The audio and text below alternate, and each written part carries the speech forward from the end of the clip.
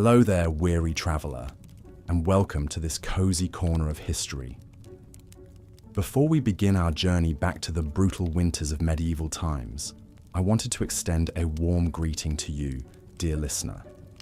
Whether you're nestled under the covers, ready to drift off to sleep, or simply looking to unwind with some quiet, historical storytelling, I'm so glad you've chosen to join me tonight.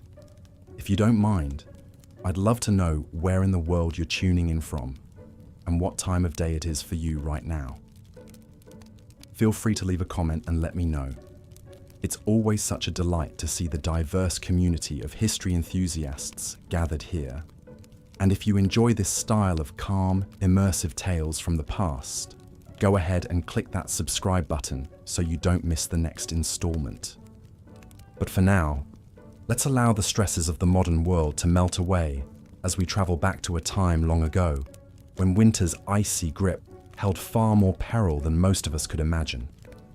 A time when the changing of the seasons brought not just inconvenience, but genuine fear for survival. Picture yourself in the countryside of medieval Europe. The last leaves have long since fallen from the trees, and the sun hangs low on the horizon, its weak rays doing little to warm the biting chill in the air. Frosty fields crunch underfoot as a breeze carries the first few flurries of snow. Winter is coming, and for the people of this age, that means one thing above all: hardship. The cold seeps in slowly at first, but it will linger for long months to come. The landscape will soon be blanketed in white, the rivers and ponds freezing over into gleaming sheets of ice. In a time before central heating and well-insulated homes, the promise of warmth is a distant dream for all but the wealthiest. But of course, it wasn't always like this. Medieval winters were not always so brutal, so unforgiving. There was a time when the seasons passed in a more predictable rhythm, when the arrival of snow was met with acceptance rather than dread. But then, something changed. The climate itself began to shift, ushering in a period that would come to be known as the Little Ice Age. Lasting from the 14th century all the way into the 19th, the Little Ice Age brought colder temperatures and harsher winters than anyone could remember. The reasons for this change are still not fully understood, but its impact was felt across the land. Crops failed, livestock perished, and the icy winds blew ever harder. One of the most famous examples of the Little Ice Age's fury was the Great Frost of 1709. That winter, temperatures plummeted so low that rivers and lakes froze solid. In London, the River Thames became a frozen highway, with people setting up shop and even lighting fires right on the ice. It was a surreal sight, but one that came at a cost. Many perished from the cold that year, huddled in their homes as the world outside turned to ice. But amidst all the suffering, there were some who found a strange sort of solace in the frigid weather. One such figure was a young Isaac Newton, then a student at the University of Cambridge. When the Great Frost hit, Newton was forced to return home to his family's farm. There, huddled by the fire, he found himself with ample time to ponder the mysteries of the universe. It was during this unexpected break that Newton began to develop some of his most groundbreaking ideas, laying the foundations for his theories on calculus and optics.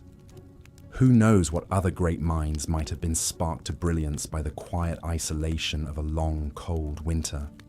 It's a reminder that even in the darkest of times, the human spirit has a way of seeking out the light. But for the vast majority of people in medieval times, winter was a season to be endured rather than enjoyed. The rich could afford thick woolen clothing, ample firewood, and well-stocked larders to see them through the lean months. But for the peasants and serfs who made up the bulk of the population, it was a very different story. Imagine waking up each morning in a one-room cottage, the air thick with smoke from the sputtering fire. Your breath mists in front of you as you rise from your straw mattress, careful not to disturb the shivering forms of your family members huddled around you for warmth. The cold seeps in through every crack and crevice, numbing your fingers and toes until they ache. Breakfast, if you're lucky, might be a meager bowl of porridge or some stale bread. The food from the previous harvest is beginning to run low, and you know that the long winter months will only bring more scarcity. The livestock too are suffering, their coats matted with frost as they huddle together in the barn, their breath steaming in the icy air. As the day wears on, you trudge out into the snow to gather what firewood you can. It's backbreaking work, and your hands quickly become raw and chapped from the cold. But you know that without a fire, your family will not survive the night. You think of your children, their small faces pinched with hunger and cold, and you press on. This was the reality for so many in medieval times. A constant battle against the elements, a fight for survival that consumed every waking hour. And yet, even in the face of such hardship, there were moments of resilience and even joy to be found. You see, the medieval world was one deeply attuned to the rhythms of nature. The passing of the seasons was marked not just by changes in the weather, but by a rich tapestry of rituals and celebrations. And so, even in the depths of winter, there were glimmers of light to be found. One such beacon was the midwinter feast of St. Stephen, held each year on December 26th. For a brief moment, the rigid social hierarchies of medieval society were turned on their head, with a peasant or serf being crowned the Lord of Misrule for the day. This lucky individual would preside over a raucous celebration filled with food, drink, and revelry, a rare moment of indulgence in an otherwise austere existence. But perhaps the most enduring symbol of hope in the medieval winter was the simple act of coming together. In a world where survival often depended on the strength of one's community, the bonds of family and friendship took on a profound importance. Imagine, if you will, a small village huddled against the snow. The smoke from the chimneys mingles with the leaden sky, a sign of life amidst the barren landscape. Inside the homes, families crowd together around the hearth, telling stories and sharing what meager scraps of food they have. There is a sense of unity here, a shared sense of purpose in the face of hardship. Neighbors trudge through the snow to check on each other, bringing extra firewood or a pot of stew to those in need. In the flickering firelight, faces are lined with weariness, but also with a quiet determination. They have survived winters past, and they will survive this one too. And so the long, cold months march on, the snow piling higher and the ice growing thicker with each passing day. But even in the darkest depths of winter, there is a glimmer of hope on the horizon. For the people of medieval times knew that no matter how brutal the season, spring would come again. They watched for the first signs with a keen and practiced eye. The slight lengthening of the days, the softening of the earth beneath the snow. And when at last the thaw began, it was celebrated with a joy and reverence that we can scarcely imagine today. Plough Monday marked the official end of the winter season, a day when work in the fields could begin anew. The ploughs that had lain idle for so long were brought out and blessed in elaborate ceremonies, a symbol of the renewed cycle of life. As the first furrows were cut into the earth, there was a palpable sense of relief and gratitude in the air. Life had been hard, yes, bitterly hard at times, but they had endured. Through the long dark of winter, through the hunger and the cold and the gnawing uncertainty, the people of medieval Europe had held fast to the promise of spring. And now, as the land began to thaw and green shoots pushed their way towards the sun, that promise was fulfilled. It's a resilience that is hard to fathom in our modern age of convenience and comfort. The idea of facing such relentless hardship year after year is almost unimaginable. And yet, there is something deeply humbling in the knowledge that our ancestors did just that. They faced the brutal reality of their world with a strength and fortitude that is nothing short of remarkable. They found hope in the darkest of times and joy in the simplest of things. And in doing so, they left us a legacy of resilience that echoes down through the ages. So the next time you find yourself shivering on a cold winter's day, take a moment to remember those who came before. Remember their struggles and their triumphs, their sorrow and their joy. And above all, remember the unbreakable human spirit that carried them through even the harshest of winters. Because in the end, that is perhaps the greatest lesson we can learn from the medieval world. That no matter how dark the night or how cold the wind, the promise of spring is always waiting just around the corner. And with that, dear listener, we come to the end of our journey through the brutal winters of medieval Europe. I hope that these tales of hardship and resilience have brought a new perspective to your own experiences of the season. May you always find warmth and comfort in the bonds of family and community, just as our ancestors did so long ago. And may the promise of spring light your way through even the coldest of nights. Thank you for joining me on this cozy corner of history. And remember, if you enjoyed our time together tonight, I'd love it if you'd subscribe and share these stories with a friend. There are so many more fascinating tales to explore together. But for now, I'll bid you a fond good night. Stay warm, stay safe, and I'll see you next time for another journey into the past. Sweet dreams. As the brutal conditions of winter tightened their icy grip on medieval society, even the most privileged were not immune to the season's merciless onslaught. In drafty, primitive castles ill-equipped for the harshest months, royal households faced a formidable challenge in staving off the biting cold and keeping the court adequately provisioned. The logistics of maintaining a royal residence during winter were nothing short of staggering. Massive quantities of firewood needed to be stockpiled to fuel the roaring hearths that provided the only source of heat. The kitchen staff toiled ceaselessly to preserve meats, grains, and vegetables that would sustain the court through the long, lean months when fresh fare was scarce. Servitors scrambled to seal every crack and gap to keep out the insidious chill. But even the most diligent preparations often proved insufficient against winter's relentless assault. In one particularly chilling tale, a medieval queen is said to have tragically perished from exposure within her own palace walls.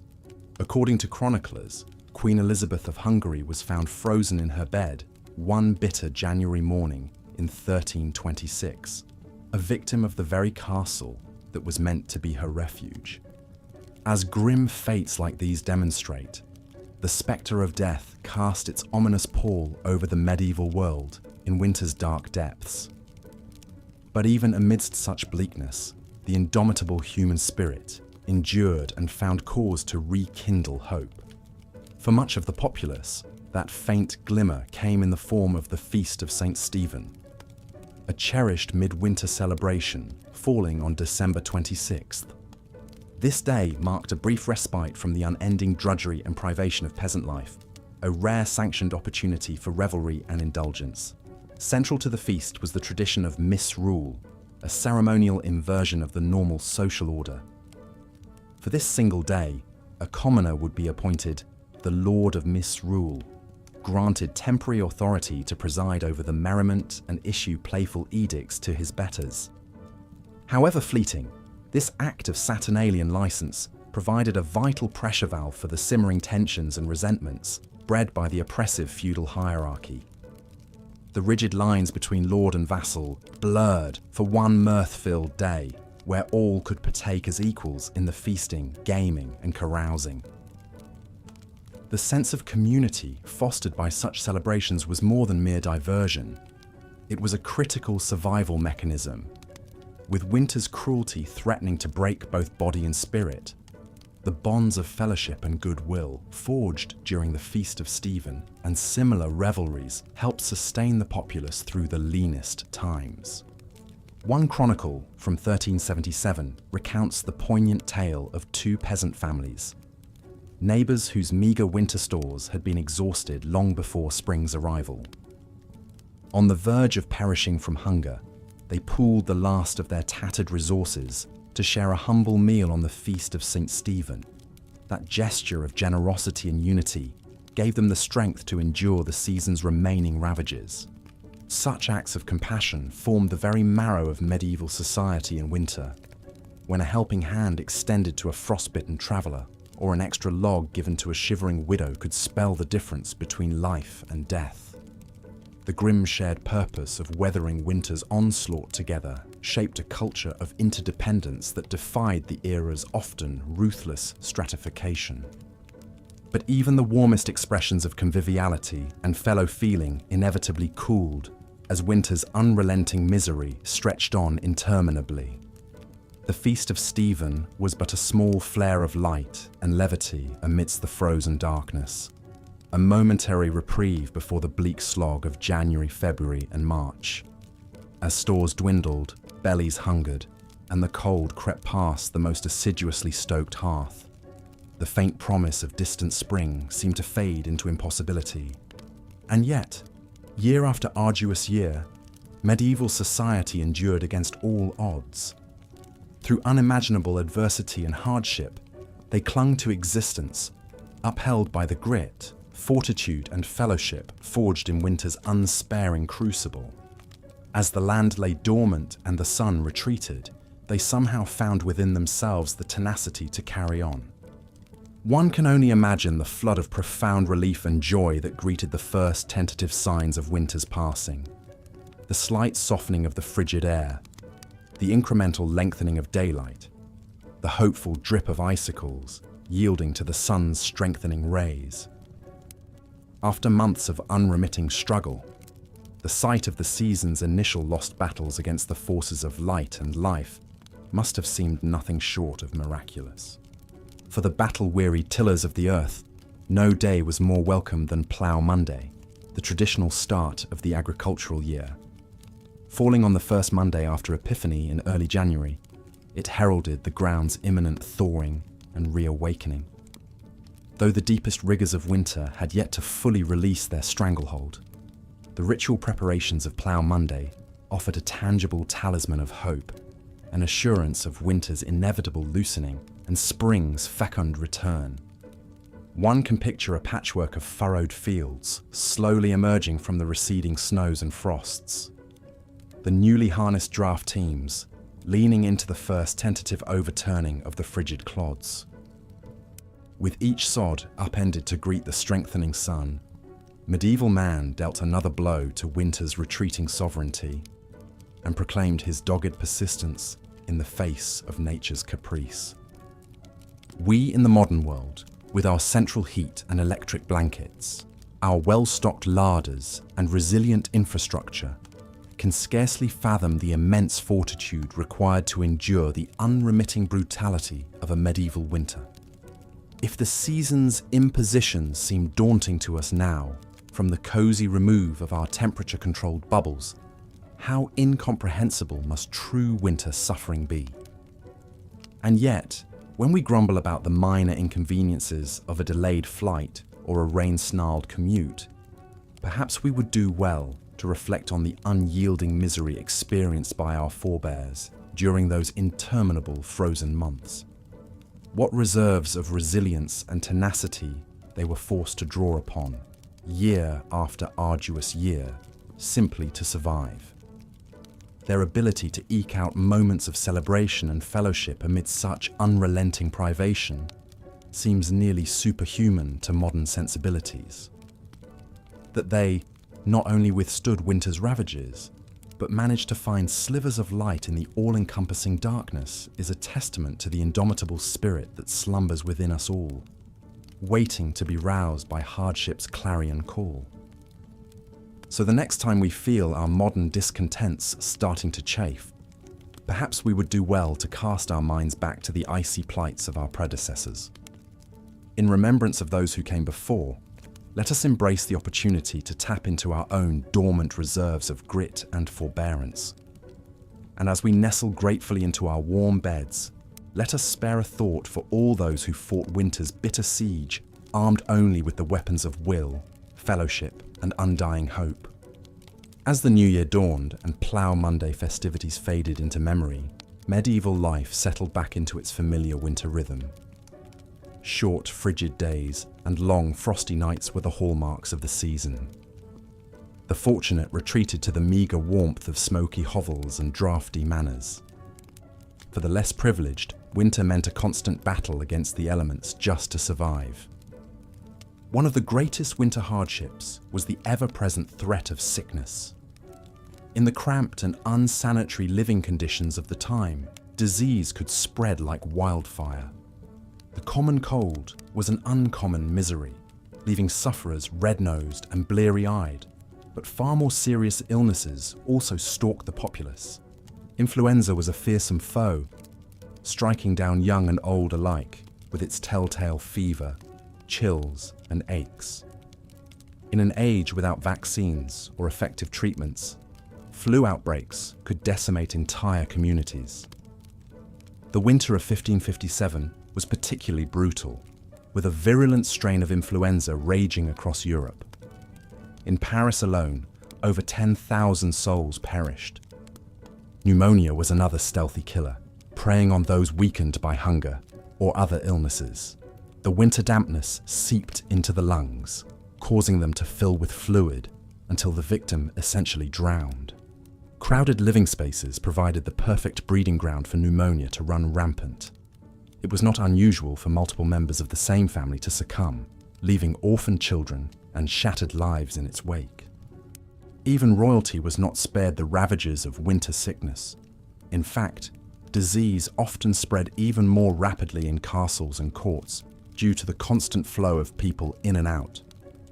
A visiting dignitary or pilgrim might unknowingly bring pestilence along with their entourage. Henry VIII lost his beloved wife Jane Seymour to postnatal complications likely exacerbated by the poor hygienic practices of the age. Children were perhaps the most vulnerable of all. Harsh weather, meager rations, and unsanitary conditions combined to make winter a truly dangerous time for the young. Infants born in the cold months faced an especially precarious start to life. In London in the 1500s, fully half of all children did not survive to see their 5th birthday. One poignant practice of the age speaks volumes. The custom of bone lace involved tying a black ribbon to the hand of a seriously ill infant. Should the child pass away, this ribbon could then be used to secure their burial shroud, a somber reminder of winter's deadly toll on the most innocent. With danger lurking both outside the home and within, winter was a time to batten down the hatches and pray for survival. For those of limited means, even the basic comforts of shelter, food, and warmth could not be taken for granted. The icy grip of winter poverty was relentless and pitiless. Firewood was a precious commodity, with strict laws governing the gathering of fallen timbers from forests. A peasant family might huddle around a makeshift fire of dried dung and straw, striving to eke out some feeble warmth. Shivering livestock shared what heat there was, their breath steaming in the frigid air. Food supplies dwindled to a meager subsistence of salted meat, dried peas, and coarse bread. The autumn harvest bounty was a distant memory, and the first shy greenery of spring was still months away. Foraging for winter nutrients meant scouring the stark landscape for hardy fare, like nettles, garlic, and mushrooms. The scarcity of fresh vegetables in winter made for some very dreary dinner pots. A typical pottage might contain peas, beans, salted pork, and, if lucky, some foraged greens and wild onions for flavour. Tasteless and tedious, but enough to keep body and soul together until spring. For many, even this unappealing monotony was an unattainable luxury. Storms, droughts, pests, and other calamities could obliterate food stores, plunging entire regions into crisis. The Great Famine of 1315 was a particularly harrowing time, caused by relentlessly heavy rains that rotted crops in the fields across northern Europe. Contemporary accounts paint a chilling picture of desperate people reduced to eating dogs, horses, and even human flesh in their hunger. Parents were said to have smothered their starving children as an act of mercy. Corpses littered the streets and fields, too numerous for proper burial. Although this famine was remarkable for its severity and scale, localized crop failures and food shortages were an ever-present menace. A medieval winter diet walked a tightrope between subsistence and starvation. It was a time of hunkering down with the knowledge that things would likely get worse before they got better. Beyond basic survival, winter affected every facet of medieval culture. Leisure, religious worship, and even crime and punishment took on the unmistakable stamp of the season. The sheer drudgery of scratching out an existence in the bitter cold coloured all aspects of life. Socially, winter was a time of drawing in and relying on the bonds of family and community. The cheery gatherings around the Yule log gave way to more sedate pursuits. With travel treacherous and daylight scarce, people looked inward for amusement and enrichment during the long, dark evenings. Telling stories and singing songs helped to while away the hours.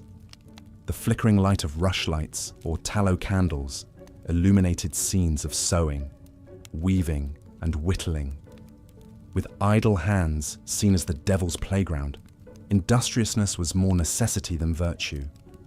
Winter's confinement at least provided ample time for such gainful activities. For the literate, winter offered a chance to curl up with a good book, although this was a rather exclusive club. In England, at the close of the 15th century, a humble tradesman's library might boast a Bible, a book of hours, and perhaps some merry jests or tales of Robin Hood. Only the wealthy could afford the lavishly illuminated volumes so prized by bibliophiles. Those who could read often did so aloud for the benefit and entertainment of the whole household. Winter was a time for sharing treasured stories of brave knights, canny tricksters, and star-crossed lovers.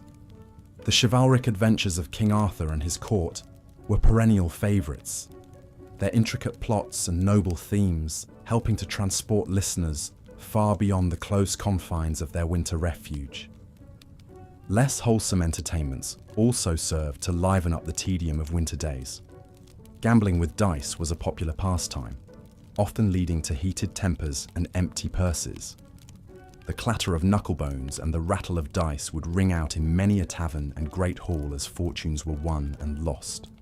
Drink was another common winter diversion, the fermented comforts of ale, mead, and wine helping to boost both body temperature and spirits. Public houses saw a roaring trade, offering fellowship, entertainment, and an escape from the bitter cold. Inebriation often led to looser tongues and lower inhibitions, sparking lively debates, bawdy songs, and occasionally a brawl or two. The short, dark days of winter also lent themselves to quiet reflection and spiritual contemplation.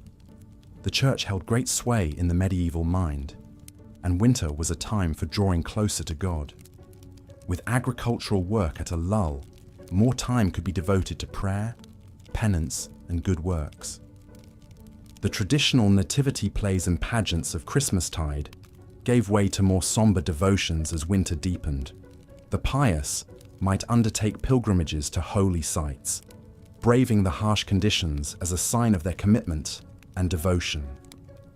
Others spent hours in hushed churches, fingering rosary beads numb with cold and meditating on their eternal soul. Charity was also an important winter value, with almsgiving seen as a Christian duty. The 7 acts of corporal mercy laid out a blueprint for generosity, feeding the hungry, giving drink to the thirsty, sheltering the homeless, clothing the naked, visiting prisoners, comforting the sick, and burying the dead. In a season of scarcity and hardship, small gestures of human kindness could make all the difference. Of course, winter's harshness sometimes brought out the worst in human nature as well. Crime tended to rise as desperation set in and opportunities for theft increased. With people spending more time indoors in close quarters, tempers often frayed, leading to a spike in assaults and other violent crimes. The medieval justice system was ill-equipped to deal with this seasonal surge in lawlessness. Trials were often delayed until the weather improved, leaving the accused to languish in dank and overcrowded jails. Punishments could be harsh, with fines, floggings, and even executions meted out to those found guilty. But even in the face of winter's bleak realities, the indomitable human spirit endured. People found small joys and moments of levity where they could. The distant promise of spring sustained them through the darkest and coldest nights. The lengthening days of February brought a welcome reprieve with the feast of St. Valentine on the 14th. This ancient pagan fertility rite, Christianized into a celebration of love, was enthusiastically embraced by the people of the Middle Ages. It was a bright spot of warmth and tenderness in the very heart of winter's depths. The custom of drawing names for Valentine's sweethearts was well established by the 15th century. Eligible ladies and lads would gather to draw slips of paper from a bowl, sealing their romantic fate for the next year. These annual pairings often led to merry flirtations and sometimes even marriages. Flowers, sweets, and sentimental verses were common tokens of affection exchanged between Valentine's sweethearts. The simple act of receiving a handmade card from an admirer could set hearts aflutter, even in the chilliest weather. Winter, for all its woes, could not freeze the fires of love. As the feast of St. Valentine passed into Lent, the austerities of the season intensified. But there was a sense that the worst was now behind and brighter days lay ahead. The snowdrops and crocuses poking their fragile heads through the frost offered tangible evidence that winter's icy reign was finally weakening. Throughout the Middle Ages, the relentless cycle of the seasons shaped every aspect of life, and no season stamped its mark more firmly than winter. It was a time of privation and hardship, when mere survival was an achievement. And yet, it was also a time of resilience and quiet fortitude in the face of the harshest of elements. Medieval winter was a test of the human spirit, a proving ground for the values of faith, family, and community. The winking icicles, frosty meadows, and long fallow fields may have been a postcard-perfect scene, but the realities of the season were anything but picturesque. However, this crucible of snow and ice and want also forged a people of remarkable grit and endurance. The Middle Ages were built on the backs of those who could weather the very worst that winter had to offer and still find a reason to hope for spring. There is perhaps no greater tribute to their stubborn vitality. So the next time you find yourself bemoaning a delayed train or a slushy sidewalk, spare a thought for your medieval ancestors. Unequipped with thermal socks, central heating, or weather apps, they faced each winter as a battle to be fought with every resource at their disposal. And they emerged victorious, spring after spring. We are the heirs and beneficiaries of their tenacity and unbreakable spirit.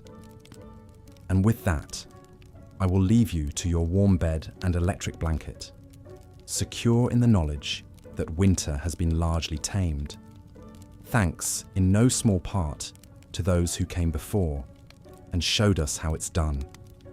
May your dreams be of gentle snowfalls and toasty hearths, and may you wake to a world where winter is more friend than foe. As the weak winter sun struggled to pierce the leaden grey clouds, the people of medieval Europe shivered and drew their meagre cloaks tighter about their shoulders. The icy tendrils of winter's grasp seemed to creep into the very marrow of their bones, chilling them to the core. For the poorest peasants, the cruel irony was that their ragged woolen garments, which felt so oppressively hot and sticky in the sweltering labours of summertime, now provided scarcely more warmth than a gossamer veil against winter's biting onslaught.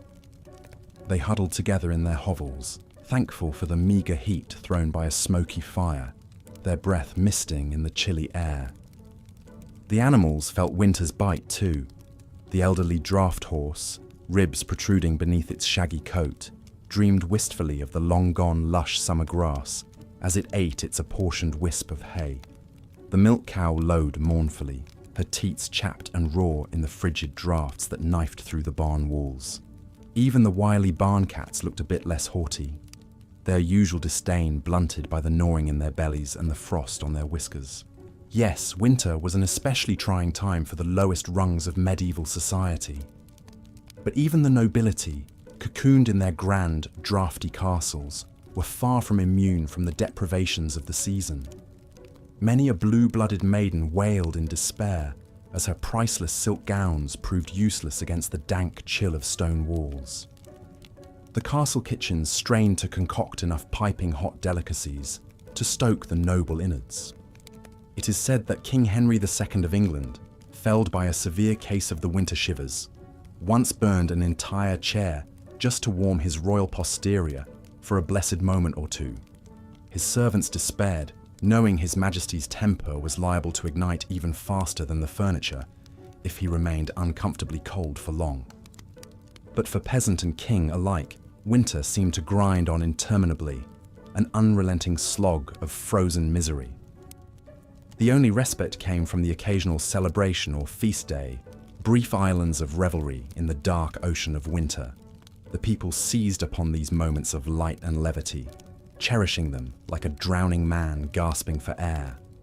Perhaps the most anticipated was the Feast of St. Stephen on December 26th, a day of unbridled merriment and delightfully subversive reversals of fortune. By ancient tradition, a mere peasant was crowned the Lord of Misrule on this day, gleefully lording over his betters in a delicious bit of sanctioned rebellion. One can only imagine the raucous peals of laughter that rang out as the lowliest serf ordered about the local baron with mock imperiousness. For one glorious day, the normal rules and hierarchies fell away, and all revelled together as equals. The frigid drudgery of winter seemed to recede, driven back by the bright blaze of communal joy. But soon enough, the merry festivities would end. The misrule would be righted, and the cold, hard reality of winter would descend once more. The people would trudge back to their hearths and their chores, the bite of the wind seeming to mock the fleeting warmth of fellowship. The battle against winter's grim siege resumed, unabated. And yet, even in the bleakest depths of winter, there were quiet acts of courage and compassion that melted the hoarfrost from even the most careworn hearts. Neighbours shared scarce provisions with those even less fortunate, exhibiting a generosity of spirit that no cold could diminish. A certain Dame Matilda of York was said to have once given her only cloak to a poor beggar woman, shivering herself through the long walk home. When questioned why she would relinquish her one defence against the brutal cold, she simply smiled serenely and said, "The warmth of human kindness is a fire that never goes out." Such selflessness, such nobility of spirit, was the secret weapon with which the medieval people armed themselves against winter's relentless battery. For though winter could freeze their fingers and toes, it could not touch the invincible summer that reigned eternal in their hearts. And so they endured, they persisted, they triumphed in their own way over the harshest of seasons. The first green buds of spring were more than just a welcome sight. They were a living testament to the tenacity of the human will, the indomitable spirit that could outlast any winter, no matter how dark or cold.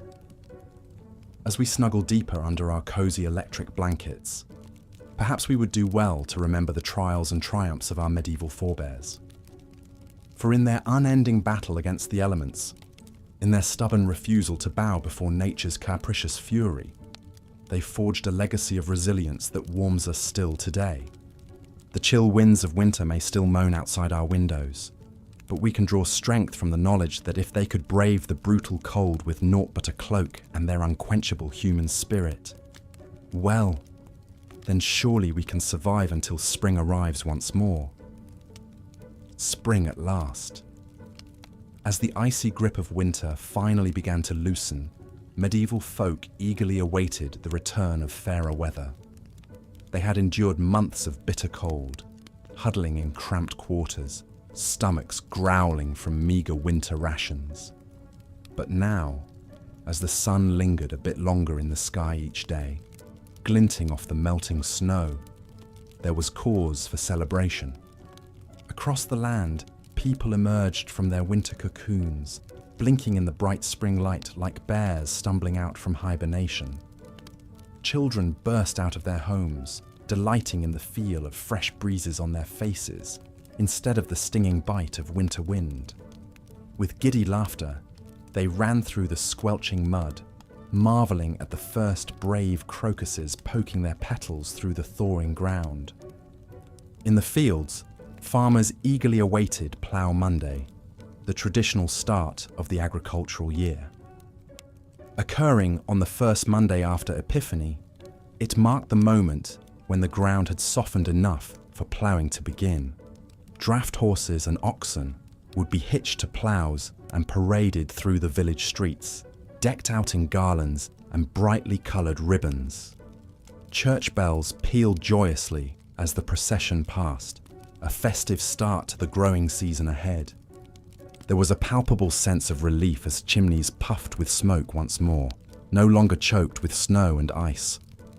The threat of frostbite and illness receded along with the snowbanks. Faces creased with care from the stresses of winter survival, now crinkled into hopeful smiles instead. Soon, vibrant spring and summer produce would replace the bland preserved gruel and hard cheese that had barely sustained them through the long, dark months.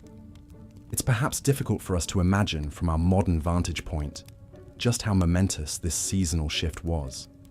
We may grumble about slushy roadways or groan at losing an hour of sleep to daylight savings time. But for our medieval forebears, the arrival of spring was nothing short of life-affirming. It meant they had weathered winter's brutal assault, staving off starvation and sickness for one more year. The skeletal trees cloaking themselves in green once more was an outward reflection of the inner regrowth and renewal medieval people felt as warmth and light returned. Some of that elation can still be heard echoing through the ages in lively medieval folk tunes and verses that welcome spring's sweet return. One English song jauntily proclaimed, "Lud sing cuckoo, groweth said and bloweth med, and springeth the woad new. Sing cuckoo," which roughly translates to, "Loudly sing cuckoo." The seed is growing and the meadow is blooming and the wood is springing up anew. Sing, cuckoo. The sheer, irrepressible joy is palpable, spilling out in simple yet evocative rhyme. So let us take a moment to appreciate the immense fortitude, resilience, and zest for life embodied by our medieval ancestors. Through the harshest conditions imaginable, they endured, making it through each winter by the grit of their teeth and the bonds of their communities. And when spring sun and birdsong broke winter's oppressive silence at long last, they revelled wholeheartedly, knowing they had once again triumphed over nature's cruelty. As we nestle into our warm beds, perhaps grumbling half-heartedly about the chill outside our windows, we might spare a thought for those long-ago souls, the ones who would heave sighs of pure relief as the snow gave way to mud, flinging open their shutters and letting the spring air rush in. The ones who met winter's brutality with a tenacity and exuberant will to live that should humble us to this day. Let their strength be a reminder to us when we face our own bleak seasons, literally or metaphorically. If they could emerge from the depths of winter privation with such unabashed joy, then surely we too can find wellsprings of hope to sustain us. The thaw will come, the sun will return, and we will step out once more into the light. Voices joined in a resounding chorus of "Lud sing cuckoo."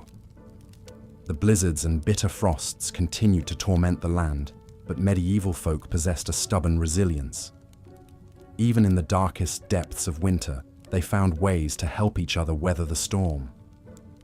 Neighbours shared what meagre food they had, taking turns hosting communal meals. Villagers assigned young men to check on elderly widows, bringing them firewood and repairing their ramshackle huts. One such widow was Agnes, an old woman with no family to care for her. Her bones ached fiercely in the cold, and her hands trembled as she tried to kindle a fire, to no avail. She had nearly given up hope when there was a knock at her door. It was Tom, a strapping village lad, his cheeks ruddy from the biting wind.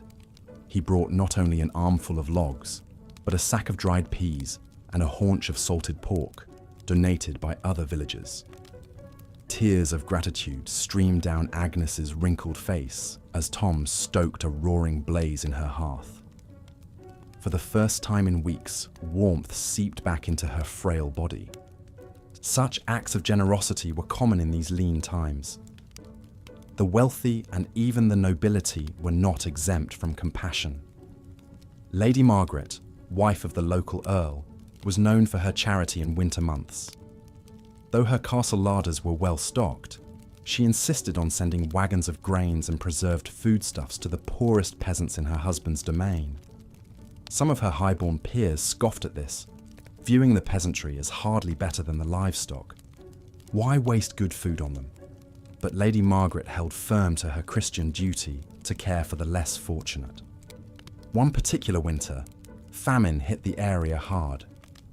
Lady Margaret worked determinedly to stretch the castle provisions, ordering the cooks to concoct hearty soups and stews to ladle out to the starving poor who came begging at the gates.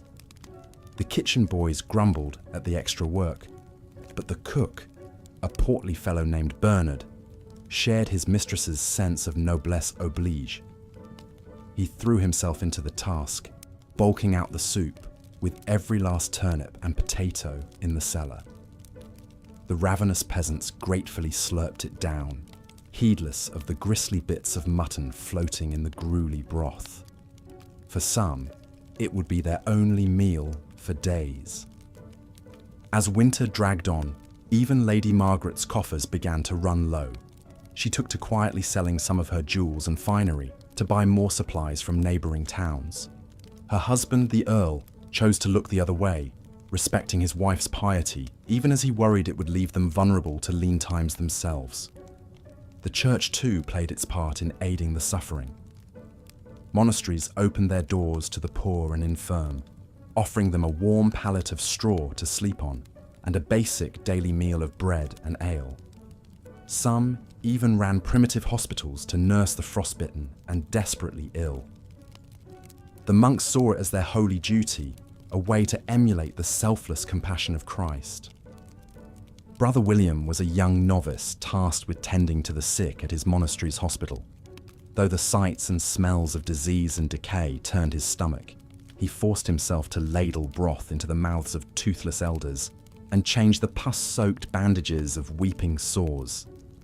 He prayed fervently for the strength to endure this trial and thanked God that his station in life spared him the worst ravages of winter. For winter was the great equalizer, laying low rich and poor alike with its icy scythe. Certainly the wealthy could afford thicker woolen hose and luxuries like hot mulled wine, but they still shivered in their draughty manners and worried over their winnowing stores. And death came for them too, in the form of winter-borne disease. The noblewoman Lady Isabel was heavily pregnant during a particularly vicious cold snap. Sequestered away in her confinement chamber, she had every comfort: a crackling hearth, mounds of furs, and attentive maids to cater to her every need. But contagion has a way of sneaking past even the thickest castle walls. A kitchen girl with a hacking cough brought Lady Isabel a posset of warm milk and herbs. Within days, the expectant mother was burning with fever, her lungs rattling. The child came too soon, a tiny wisp of a thing that never drew breath. By week's end, Lady Isabel too was dead. The king himself was not immune. Henry VI, a pious and gentle soul, fretted endlessly over the suffering of his subjects during the dreadful winter of 1433. The royal physicians prescribed him a tonic of cinnamon and ginger to ward off the cold humours, but still he sank into a deep melancholy, unable to warm his hands, even when thrust practically into the roaring hearth. Some whispered it was God's punishment for Henry's weakness as a ruler. In truth, seasonal depression was an affliction that could strike any man, from mightiest king to lowliest serf. As the days slowly began to lengthen and the tightly clenched fist of winter finally started to loosen, people allowed themselves to dream of spring. Soon, they prayed, the land would thaw and the first tentative buds would appear on the skeletal trees. The great wheel of the farming year could begin to turn once more. In the earliest days of spring, on the first Monday after Epiphany, medieval folk celebrated Plough Monday. This was when the first symbolic furrow would be cut into the frost-spangled earth, a hopeful portent of the crops to come. Village men blackened their faces with soot for luck and paraded through the muddy lanes with their ploughshare held high, singing bawdy songs to wake the slumbering soil. Afterward, there was dancing and hearty food, and much quaffing of ale. It was a promise, a covenant, that the dark days of winter were passing and brighter tomorrows lay ahead. The same eternal cycle played out at all levels of society. In the great halls of dukes and countesses, minstrels struck up a merry tune and couples leapt into a lively carol dance, flush with the optimism of a new year. The king hosted a lavish feast for his court, the tables heaped with delicacies like roast swan and marchpane sweets. Even the lowly peasant Giles and his brood felt a weight lift from their shoulders as they ventured out to their humble plot. Giles clutching the pouch of precious saved seed that meant a future of full bellies. The wretched widow Agnes, who had been knocking on death's door, found herself stirring a bubbling pot of pottage, humming tunelessly. She had made it through winter's gauntlet to see another spring dawn. Praise be to God. Winter was brutal, there was no escaping that fact. It brought with it a host of miseries and hardships, from hunger to bone-chilling cold, to the constant spectre of death and disease. But it was also a time when the true resilience and communal spirit of medieval people shone through. Staring into the abyss of winter bleakness, they responded with generosity, with grit, and even with defiant celebration. They understood that winter was an inescapable part of the great cycle of life, and the best way to conquer the cold was to hunker down and endure it together. So as you huddle beneath your cozy duvet, perhaps grumbling about the exorbitant heating bill or scraping a bit of frost from your windshield, spare a thought for your medieval ancestors. Reflect on how they survived winter after winter in a world before electric blankets, central heating, and grocery deliveries at the click of a button. Though our modern winter woes may seem all-consuming in the moment, they pale in comparison to what medievals faced each year.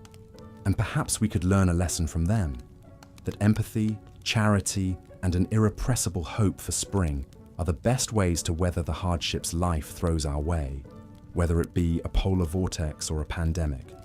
Let us all embrace the coming spring with a full and grateful heart, knowing that however deep the snow drifts, it will eventually yield to the warming sun.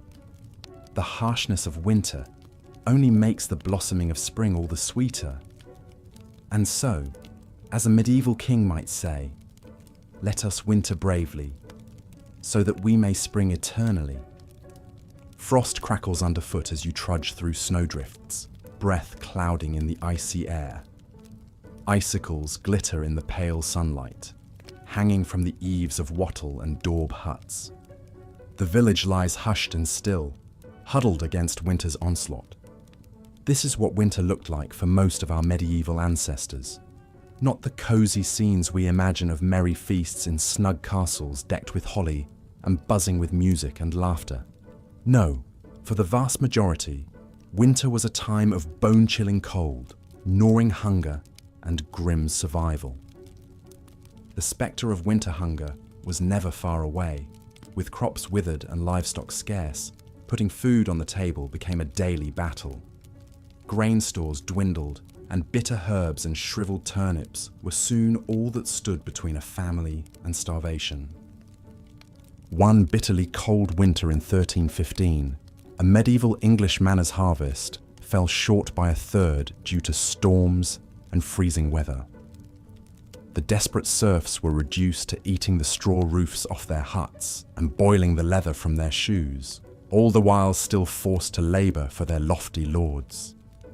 Malnutrition weakened the body's defences against winter maladies. The common cold could quickly morph into life-threatening pneumonia or bronchitis. Influenza cut through villages like a scythe, felling young and old alike as they shivered in their shabby shelters. With teeth chattering, medieval folk huddled together against the chill, packing into the relative warmth of shuttered houses. Yet this close-quartered coziness came at a cost. The stale, smoky air, ripe with the odours of unwashed bodies, festering chamber pots and dirty rushes, was a breeding ground for disease. In one 14th century Suffolk household, 13 family members from grandparents to babes in arms, along with their scrawny chickens and mangy dogs, huddled together in a single tiny smokehouse all winter. It's incredible that any emerged alive come spring. Sickness was not the only danger lurking in the long dark nights. Fires were a constant threat in packed wooden cities and towns. One misdirected spark could swiftly grow into a furious blaze, hungrily devouring tightly clustered buildings and snuffing out lives. The Great Fire of London in 1212 started on a cold November night, quickly raging through the city's cramped lanes, while water froze in the pipes. An estimated 3,000 huddling Londoners perished in the flames, and many more were left homeless in winter's icy grip. Travel was especially treacherous in these frigid months. Roads dissolved into muddy quagmires, while blizzards obscured the way with blinding flurries. With daylight scarce, travellers risked becoming disoriented and losing their way, stumbling from the path to a frozen grave. In 1311, the English Queen Isabella set out from Canterbury for London as the winter twilight deepened on the shortened day. Her party lost the road and wandered helplessly until the early hours, while the pregnant queen wept copiously in fear and exhaustion. Winter's onslaught was no less punishing for working animals. Horses and oxen grew gaunt and weak on scant winter feed. Their laboured breaths smoked in the chill air as they hauled logs and packs through knee-deep snow. Frostbite blackened extremities and ice cracked hooves and wheel spokes alike. Yet even in the bleak depths of winter, medieval people found slivers of light.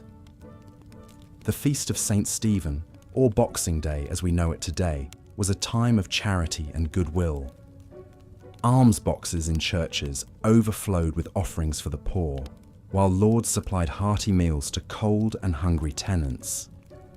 The Lord of Misrule tradition brought a spark of subversive festivity to the darkest days. A lowly peasant, jester or deacon, would be crowned king and preside over merry revels marked by drunkenness, role reversals and mischief, a temporary upending of the established order. Despite the privations and dangers medieval winters posed, hope somehow endured, etched in frosty breaths and no doubt uttered as fervent prayers. Hope that the weak and ailing would survive, that food would last until spring, that light and warmth would conquer the constricting cold once more. So this winter, when you grumble about shoveling the driveway, curse at the thermostat, or get chilled waiting for the bus, spare a thought for those who came before us. Our medieval ancestors faced the Herculean task of surviving winter after winter with few of the comforts we take for granted. Their quiet courage in the face of winter's cruelty is perhaps the greatest lesson they have to teach us. Though we will never know most of their names or stories, we can appreciate the magnitude of their struggles and find inspiration in their endurance that saw them through to brighter days. The bitter frost continued its icy reign, transforming the landscape into a crystalline wonderland that would be picturesque if not for the immense hardship it inflicted on the inhabitants of the land. The snow fell ceaselessly from the ash-grey sky, blanketing the countryside in a suffocating white shroud. Icicles hung like glittering daggers from the eaves of peasant hovels and grand manors alike. The hearth fires that burned day and night offered only a fleeting respite from the penetrating chill. Smoke from the precious flames stung watering eyes and choked lungs in the close, fetid air of wattle and daub huts. There, huddled bodies crammed together for warmth, humans and livestock alike, the pungent aromas of dung and unwashed flesh mingling together into a uniquely medieval winter perfume. For some, however, even this dubious comfort was a luxury they could ill afford. Scant food stores stretched precariously thin, and bellies rumbled with the persistent pangs of hunger. Many of the poorest subsisted on little more than coarse bread and thin gruel, praying they would survive to see the spring. The spectre of famine lingered in every home, from lowly serf to high lord. None could escape winter's deadly grasp, not even those who wore crowns. In draughty stone castles that seemed to inhale the cold and exhale an unrelenting damp, rulers shivered beneath mountains of furs. Royal households required vast amounts of firewood and provender to ride out the long winter months. Woe to the kingdom whose sovereign failed to plan ahead. According to one account, a medieval Bohemian princess perished from the cold in her bedchamber. Her demise, a chilling reminder that wealth and status offered only partial protection from the elements. But for a peasant family, the loss of a loved one to winter's icy scythe was all too common, an occurrence as cruel as it was predictable. Disease added to the season's prodigious death toll. Agues and fevers spread like wildfire through communities weakened by malnutrition and close quarters. The stale, smoky air of hovels and the ubiquitous filth made the lungs more vulnerable to infection. Medieval physicians, their useless treatments, often rooted more in superstition than science, could do little. The roads, treacherous with snowdrifts and black ice, compounded the winter's woes. Only the desperate or the foolhardy ventured far from the meagre comfort of their homes in the darkest months. Travel for any distance was an ordeal to be undertaken at one's peril. Peddlers' carts remained idle, depriving isolated villages of needed goods. Tithes and taxes went uncollected, to the vexation of liege lords and clergy. And woe to the army that had to mount a campaign over snow-choked roads, their supply lines stretched taut and fraying in the frigid weather. The winter of 1407 saw one of the Middle Ages' most astonishing military feats, born of this brutal necessity for wintry warfare. The redoubtable Welsh rebel leader, Owain Glyndwr, faced off against the superior forces of future King Henry V in the high mountain passes. Glyndwr's men, accustomed to harsh conditions, drew the English into a trap amid the blinding blizzard. Hapless in their heavy armour, the English ranks broke and fled, with many perishing from exposure. Glyndwr's stunning victory, won as much by the winter as by Welsh martial prowess, lives on in legend to this day. The winters of medieval Europe were often marked by devastating famines that claimed countless lives. When the cold lingered and spring planting was delayed, food shortages quickly followed. The infamous Great Famine of 1315 to 1317 was sparked by an unusually wet and chilly spring that rotted seedlings in the ground. Successive crop failures over the next 2 years plunged much of the continent into starvation. In England, the price of bread skyrocketed to 20 times the normal cost. The poor resorted to eating grass, roots, even the bark off trees. Desperate bands of scavengers dug up graves to cannibalize the dead. It's estimated 10 to 25% of the population of cities like Ypres and Bruges in modern-day Belgium perished. In the French town of Tournai, a citizen wrote in his diary that the poor were eating dogs, horses, and other unclean things. The misery was compounded by crime and disease, as malnourished citizens turned to theft and violence to survive. One heart-rending account from the St. Mary's Abbey Chronicles relates the fate of a starving woman imprisoned for stealing a loaf of bread. The woman was pregnant and starving, but the baker would give her no bread, so she stole a loaf and was caught. The judges would not pardon her, so she was hanged. As she died, the infant fell from her womb before the eyes of the people. The child lay bloody and screaming on the ground, but no one wanted to touch or rescue it, and the baby soon died where it fell. The famine finally eased in 1318 when the weather turned favourable again and crops began to grow. But the spectre of starvation stalked the land every winter, ready to reap a grim harvest at the slightest adversity. For medieval people, winter was always a time of gnawing unease, if not outright terror, as they prayed their meagre food stores would last until spring. Malnutrition weakened the populace and left them vulnerable to disease. The close, unsanitary living conditions of winter led to frequent outbreaks of infections like influenza, dysentery, and pneumonia. Respiratory illnesses especially took a heavy toll, spread by coughing in stale, smoky air as people huddled around fires. Something as simple as a winter cold could quickly turn deadly in the Middle Ages. Even the doctors of the era were of little help, relying on dubious treatments like bleeding and purging with laxatives to restore the balance of a patient's humours. The Emperor Charlemagne allegedly died of pleurisy in the bitter winter of 814, after his doctors treated him with poultices and unguents to no avail. Many historians believe the Black Death of the 14th century spread so quickly because malnourished citizens packed together in winter quarters had little resistance to the disease. The 1348 to 1349 outbreak killed a staggering 30 to 60% of Europe's population. One poignant tale comes from Pistoia, Italy, where a man named Ser Luca wrote to his brother Franceschino describing the devastation.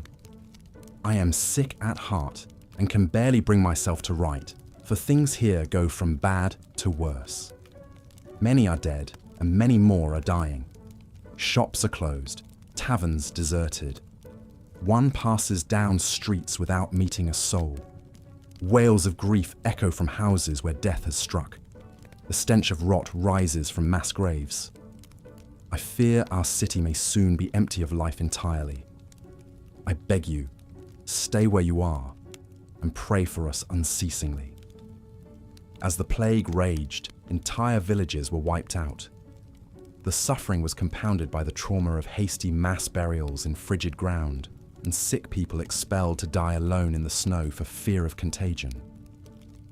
The devastating losses of the Black Death left deep psychological scars and forever altered the medieval world.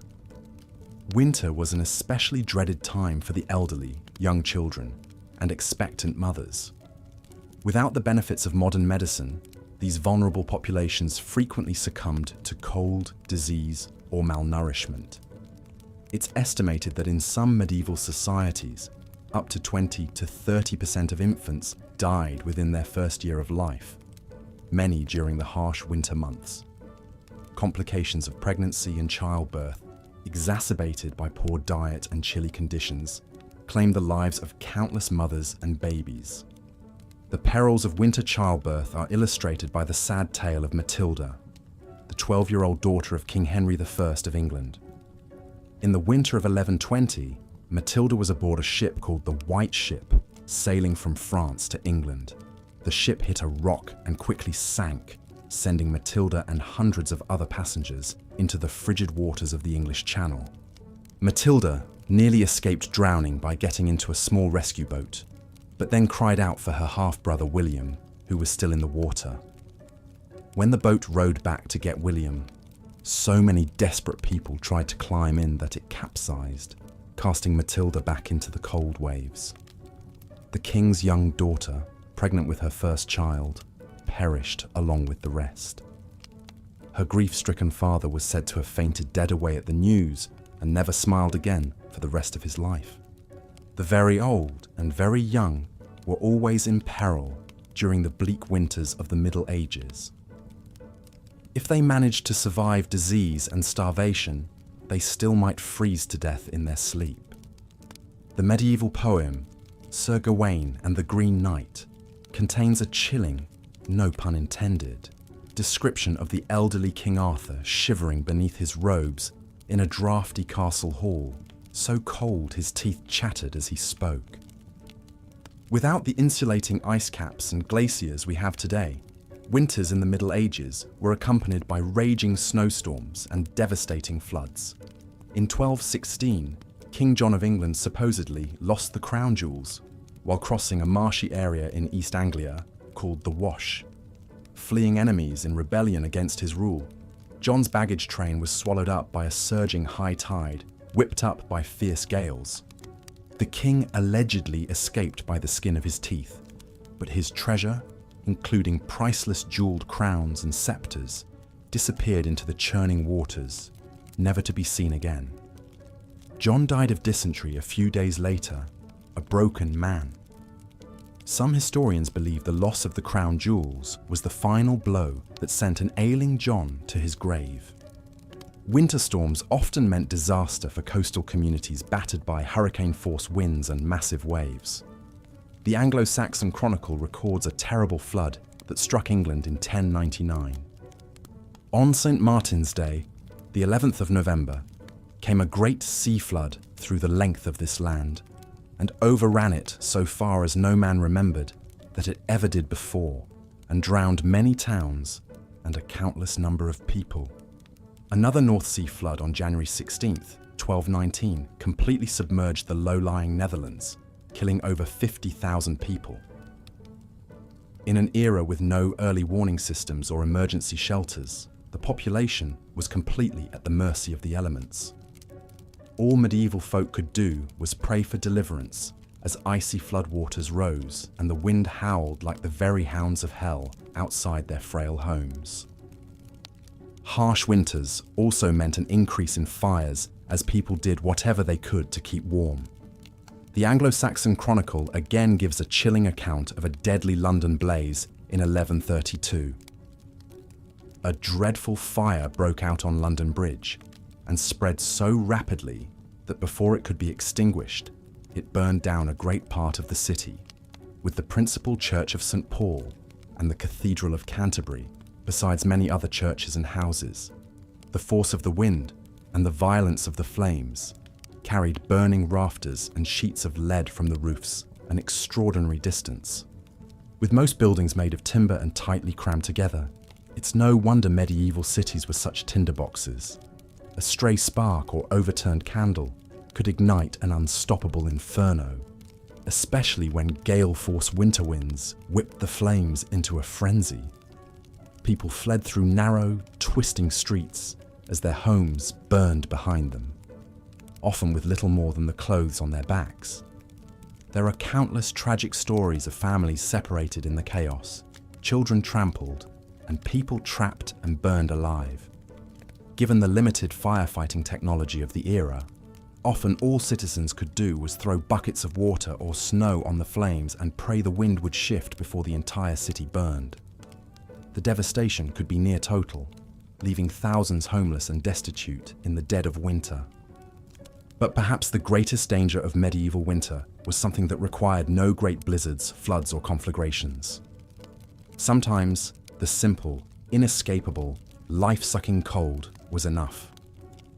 It's hard for us to imagine in our modern world of central heating and thermal fabrics, but the bone-chilling damp and constant dark of winter was an adversary from which there was little defense in the Middle Ages. With only smoky fires and piles of furs to ward off the chill, winter cold sank deep into the bones of medieval people.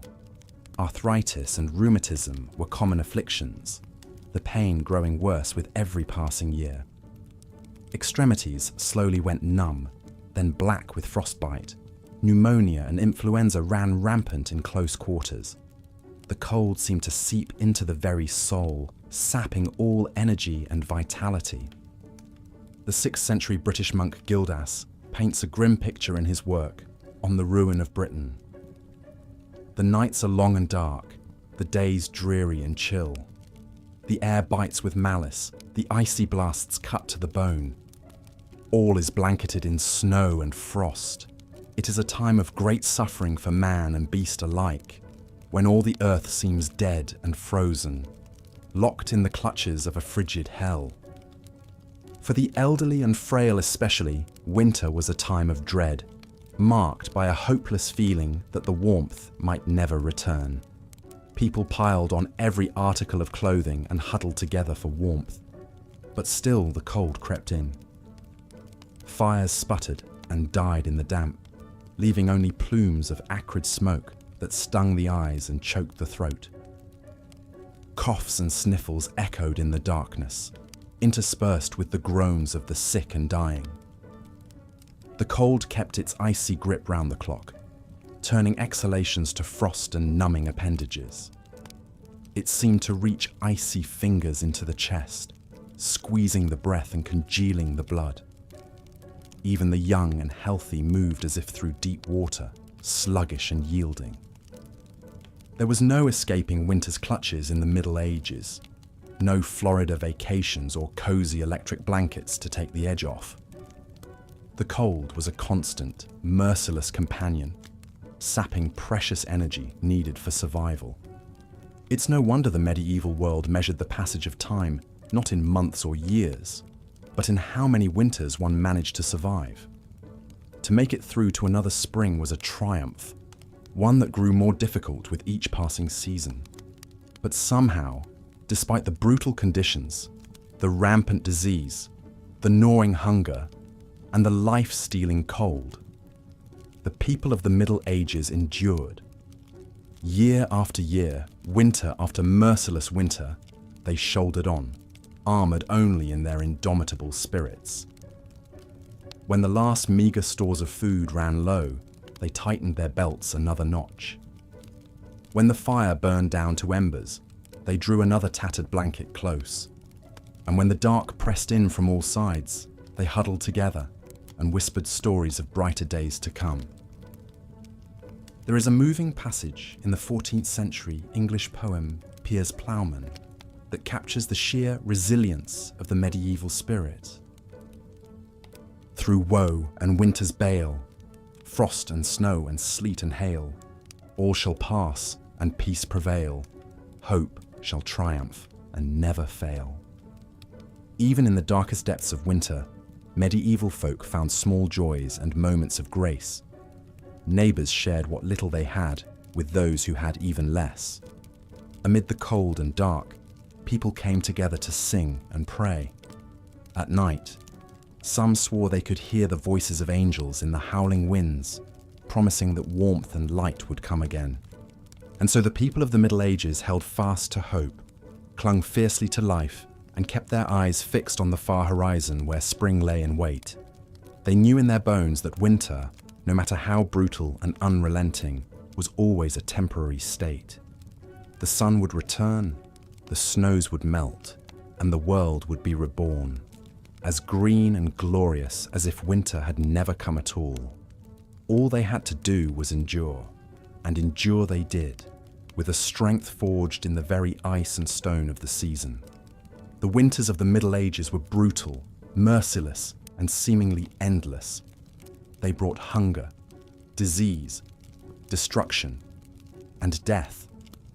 But they also brought out the best in the human spirit, the unshakable will to survive, to hold fast to hope, to come together in compassion and kindness. The medieval world was tempered in winter's icy crucible and emerged stronger for it, a little tougher, a little wiser, with a bone-deep appreciation for the turning of the seasons.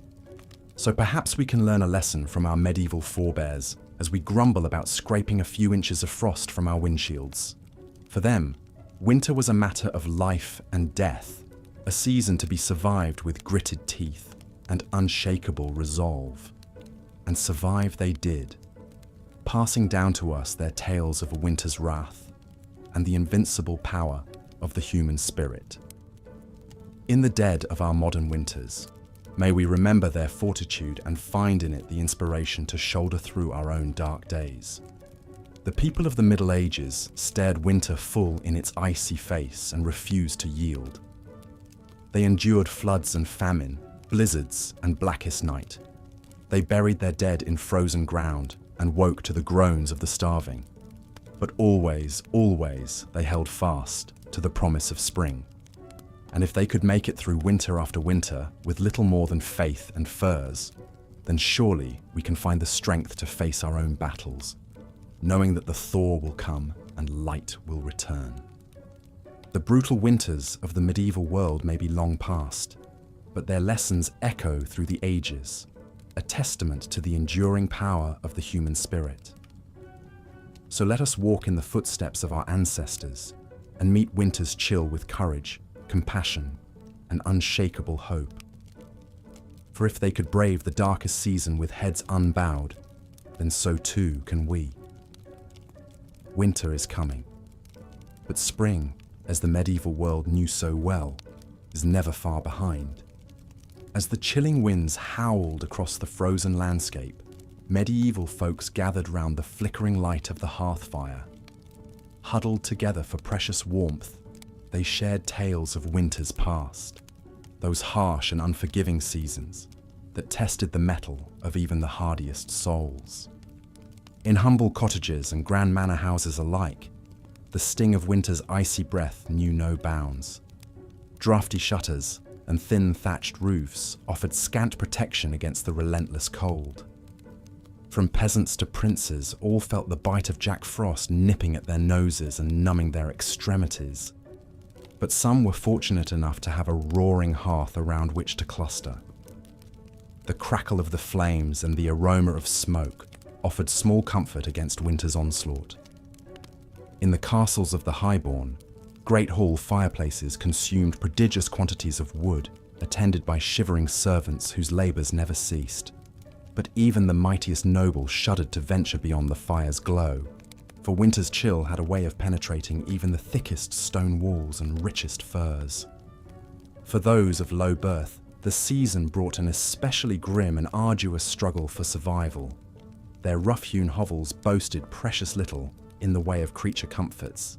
Meagre rations of peat or wood scavenged from the forest barely fed the spluttering hearth. Families crammed together in squalid quarters, sharing body heat and breathing air thick with smoke and the fetid stench of unwashed humanity. It was a bleak existence, to be sure, and yet even in the face of such privations, there were moments of cheer to be found. The glow of communal fires in the village square drew folks out of their hovels, if only for a short respite. Gathered round the leaping flames, neighbours exchanged jests and jibes, stories and songs. For a fleeting time, the cruel realities of winter seemed distant indeed. Young lovers stole secret kisses, their ardour undimmed by the cold. Children shrieked with delight as they scampered and slid across frozen ponds. Even the elderly felt the weight of their years lift for a spell, transported back to the carefree winters of their youth. Such interludes of merriment were all the more precious for their rarity. Winter's onslaught was relentless and unforgiving. Thoughts soon turned to empty bellies and the gnawing hunger that was the constant companion of the poor. Dreams of spring's bounty seemed a cruel mockery as fields lay barren beneath a blanket of snow. The spectre of famine loomed large in these lean times. A failed harvest could spell doom for entire villages. Many a mother watched in anguish as her child's cheeks grew gaunt and their eyes dulled with the hollow stare of starvation. The cruel calculus of scarcity bred a special kind of desperation. Tales abounded of the depraved lengths to which some would go to fill their bellies, unnatural acts that haunted the nightmares of pious folk, and hunger was not the only scourge to stalk the land.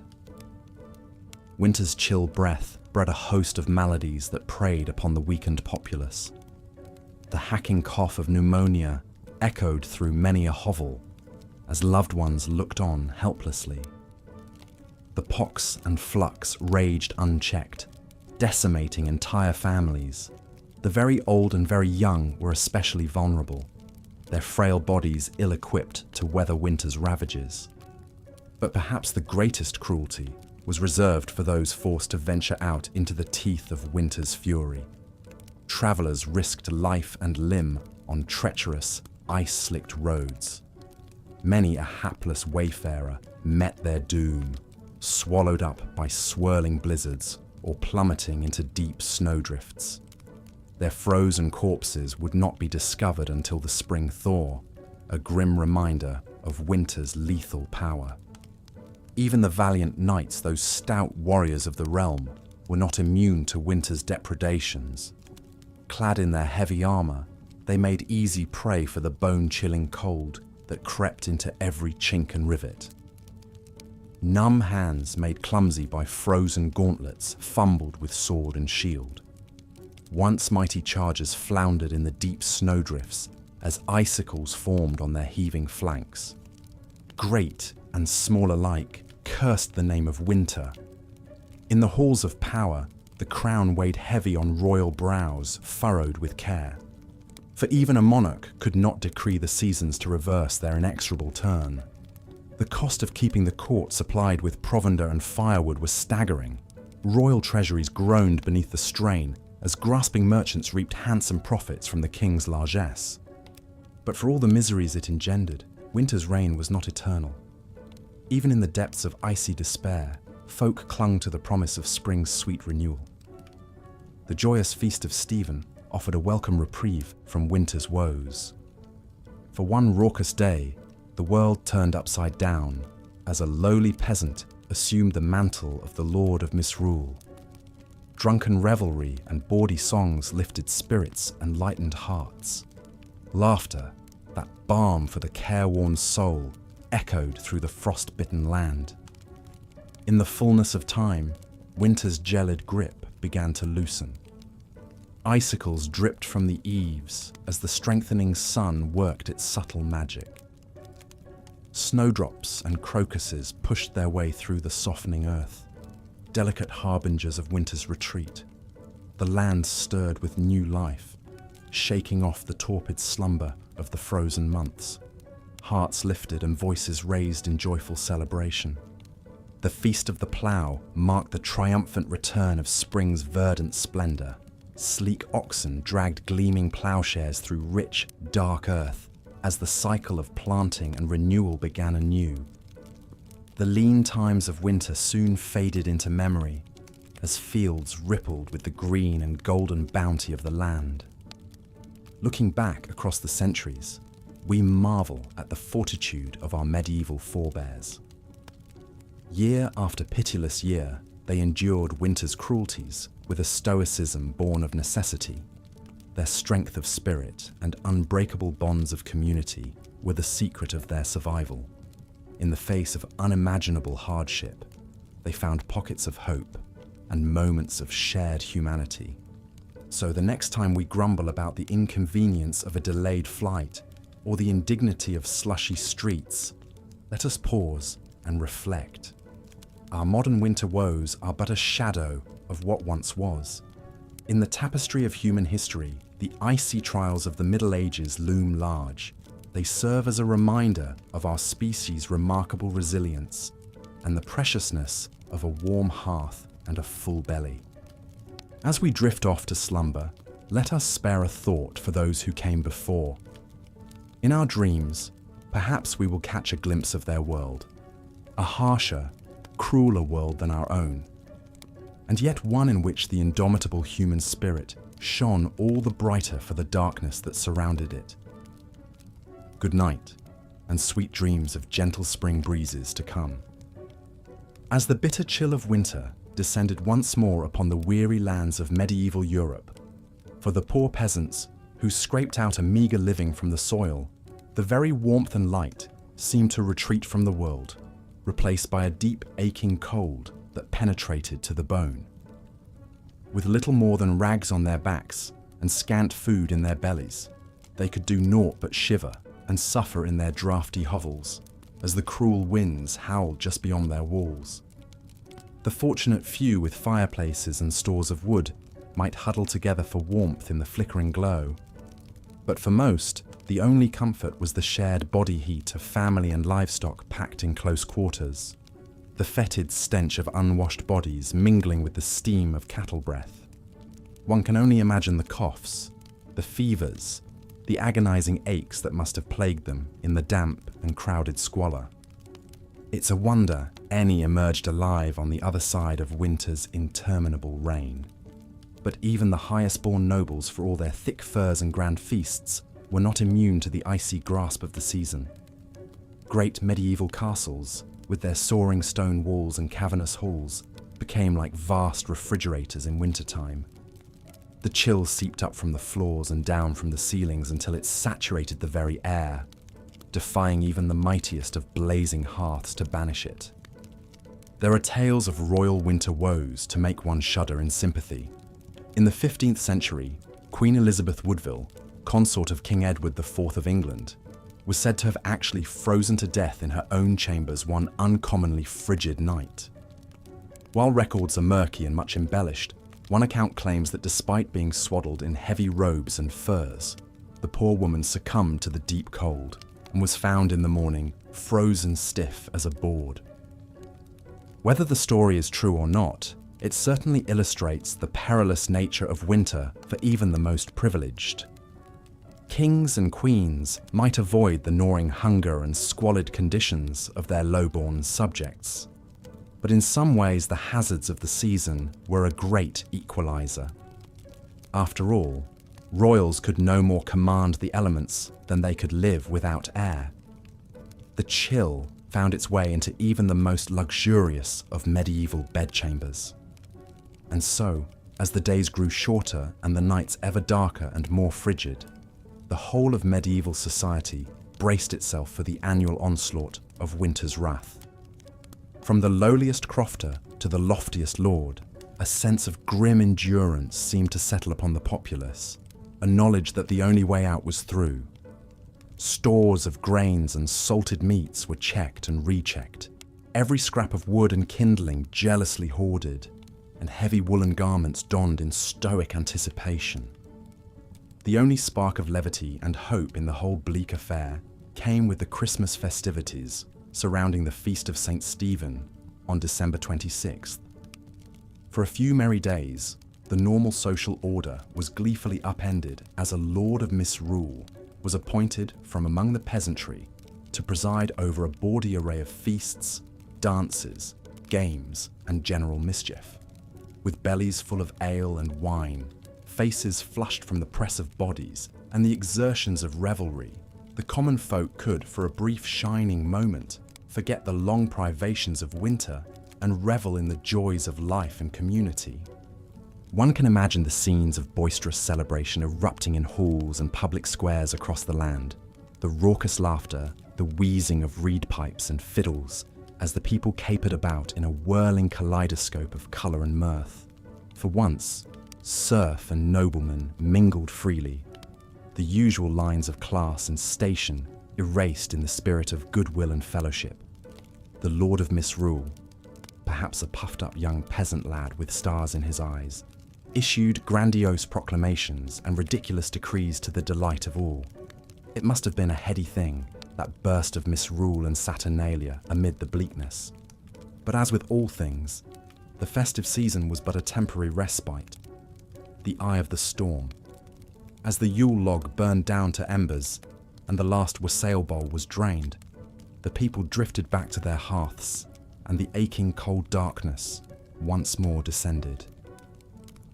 The gaiety of St. Stephen's Day and the Lord of Misrule's brief, shining reign were replaced again by the grim business of survival as winter tightened its grip. For the next interminable stretch of months, time seemed to slow to a frigid crawl. With the land frozen and unworkable, there was little for the rural peasantry to do but hunker down and pray for deliverance. The shortening days and lengthening nights yawned like a vast chasm from which there was no escape.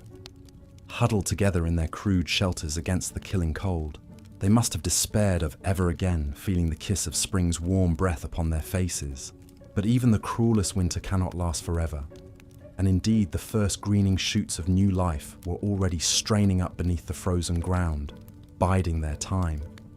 For those who endured, who clung to hope and to each other through the darkest days and coldest nights, the thaw would come again. The sun would return to the sky, the blood quicken in the veins, the world slowly shed its greys and whites for a burgeoning riot of colour.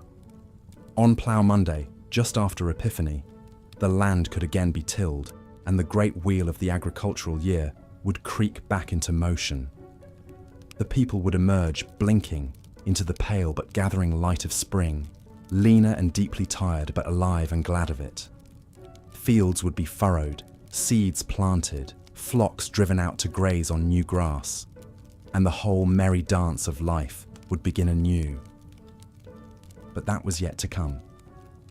For now, the cruel heart of winter beat on, and the people of the Middle Ages steeled themselves once more to weather its icy reign. They drew what comfort they could from their rough woolen cloaks, their smoky hovels, their scant stores of food so diligently laid by, but most of all from each other. In a world so beset by hardship and peril, where the very season seemed intent on crushing the life from their bones, they endured as they always had, together. Lords and peasants, young and old, shivering and hoping beneath the same leaden winter sky, waiting for the spring that must someday come. And so they hunkered down in the darkness and the cold, listening to the mournful howl of the wind and the groaning of the ice, spinning what tales and weaving what dreams they could to, while away the long winter nights. Perhaps they imagined a future where the winters were kinder, the hearths warmer, the bellies fuller. A world their shivering hands and frozen bones might build for the generations to come. Or perhaps they simply held fast to what scraps of light and hope they could muster in the moment, knowing that even the longest winter must someday yield to spring. In the face of such brutal conditions, the strength of the human spirit to endure and keep faith in brighter days ahead is truly a marvel. One cannot help but feel a swell of admiration for the fortitude of our medieval forebears, who faced each bitter winter as an indomitable foe and emerged, year after year, to greet the spring on the other side. Let us then tip our hats to those long ago lords and peasants, who suffered much and yet endured still more. In our modern world of central heating and on-demand grocery deliveries, it can be easy to forget the hardships they faced as a matter of course. But as we drift off to sleep in our warm beds, perhaps we can spare a thought for those huddled medieval masses and marvel at the strength that carried them through winter after winter, waiting for the light's return. In a world so often cold and dark, such enduring hope and resilience is a fire that cannot be quenched, burning on from their distant hovels to our own night-swaddled rooms. May we keep that flame alive in our hearts, come what winter may. As the long winter months dragged on, medieval folk looked forward to any opportunity to lift their spirits and foster a sense of community and goodwill amidst the hardships. One such beacon of hope was the Feast of St. Stephen, celebrated each year on December 26th. Though the origins of this midwinter celebration are somewhat obscure, by the Middle Ages it had become a cherished tradition across much of Europe.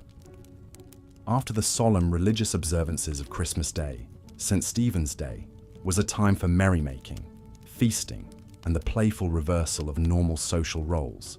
Central to the festivities was the custom of misrule, where a peasant or commoner would be appointed Lord of Misrule for the day and granted the power to command their social superiors. This light-hearted upending of the status quo provided a much-needed release valve for the rigid class tensions that normally dominated medieval life. The Lord of Misrule presided over a topsy-turvy day of revelry, leading raucous processions through the streets, initiating mischievous pranks, and decreeing that everyone from lords to labourers should make merry together. Professional entertainers like minstrels, jugglers and jesters would ply their trades, while games of chance and skill kept the crowds amused. Bawdy, comedic sketches called mummers' plays were performed, reenacting tales from legend and folklore in broad, exaggerated strokes.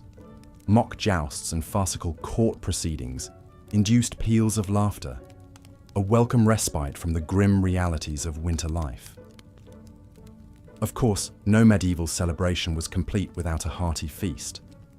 On St. Stephen's Day, the Lord of Misrule could insist that the wealthy provide food and drink for the whole community, a charitable gesture that fostered goodwill and fellowship among all.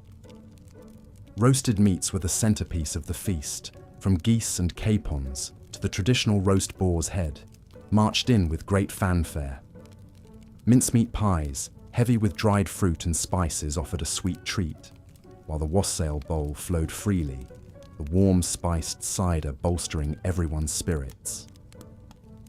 One can almost hear the laughter and lively chatter ringing through the halls, rising above the blustery winter winds outside. For one brief shining day, the hardships of winter faded into the background as the community came together in a spirit of joy and camaraderie. As the feast concluded and the revelers dispersed back to their hearths, they carried the warmth of the festivities with them, like a flicker of cheery firelight in the dark. The knowledge that they had friends and neighbours to rely on, that they could find moments of laughter and levity even in the bleakest times, surely helped buoy their spirits for the hard days still ahead. And somehow, the winter's icy grip seemed a bit less harsh, the howling winds a bit more bearable, when one had a belly full of good food and a heart full of fellowship. The Feast of St. Stephen was a timely reminder that even the deepest darkness of winter would eventually yield to the first hopeful stirrings of spring. Those fragile shoots of new life began to tentatively emerge as the winter snow receded and the frozen ground began to thaw. Across the countryside, watchful eyes eagerly scanned for the appearance of snowdrops, those valiant little flowers that poked their fresh green stalks and delicate white blooms through the melting slush. Their arrival heralded that the long night of winter was finally ending, and the season of rebirth approaching. In villages everywhere, weary folk rejoiced to see the first hints of colour and vitality return to a landscape that had been shrouded in icy white stillness for so many months. With a newfound spring in their steps, medieval peasants returned to the rhythms of the agricultural year, the great wheel of life beginning to turn once more. Hibernating livestock were led out to pastures starting to green again, while the farmer hitched his team to the plough, eager to churn the softening earth. The first Monday after Epiphany, falling in January, came to be known as Plough Monday for this very reason. It marked the moment when the land could be worked again after the winter freeze, inaugurating the labours of a new farming season. Ploughs that had been stored away for the winter months were hauled out and blessed in joyful Plough Monday processions through the fields, while ploughmen went from door to door collecting food, ale, and small coins, all in anticipation of the work and harvest to come. One can picture a weather-beaten village huddled around their communal plot, faces turned gratefully towards a sky, brightening into a paler shade of blue. With hoes and digging sticks in hand, they prepare to sink the first hopeful seeds into the receptive soil, an act of faith that spring would conquer winter in due time.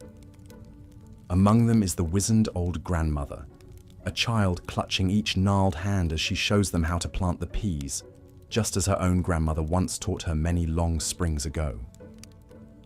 The smaller child giggles with delight as a rotund earthworm wriggles free from the dirt, while the older solemnly pushes each seed into its waiting hollow.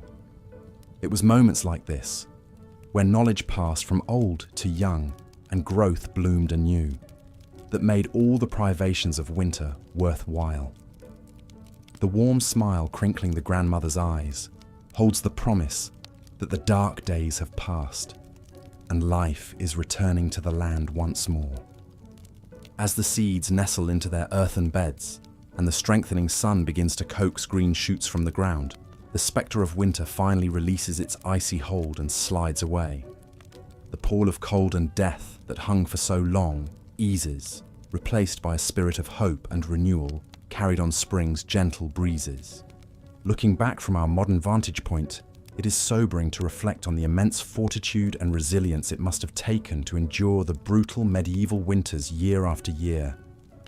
With none of the amenities and comforts we often take for granted, their very survival through to spring was a feat worthy of marvel. And yet, in the midst of unimaginable hardship, medieval people still managed to find cause for hope, joy, and celebration. The warmth of community, the promise of spring, the restorative power of laughter and fellowship. These were the lights that guided them through winter's darkest depths. Perhaps, as we snuggle deeper under our cozy comforters, cozily insulated from the cold, we could spare a thought for our long-ago ancestors. The next time the winter wind rattles our windows and we grumble at the chill, we might pause and smile wryly, recognizing that our winter woes likely pale in comparison to what they faced year after year, century upon century. And as we drift off to sleep, we can carry the knowledge that we too possess an ember of that same invincible summer that burned in the hearts of medieval folk. The assurance that spring always returns and life goes on, no matter how dark the winter night.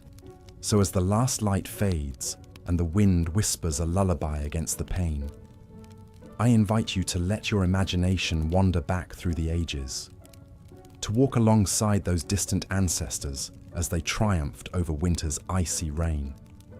May their courage and indomitable spirit inspire your dreams tonight. And if this journey through history has piqued your curiosity, I encourage you to like this video and subscribe to the channel.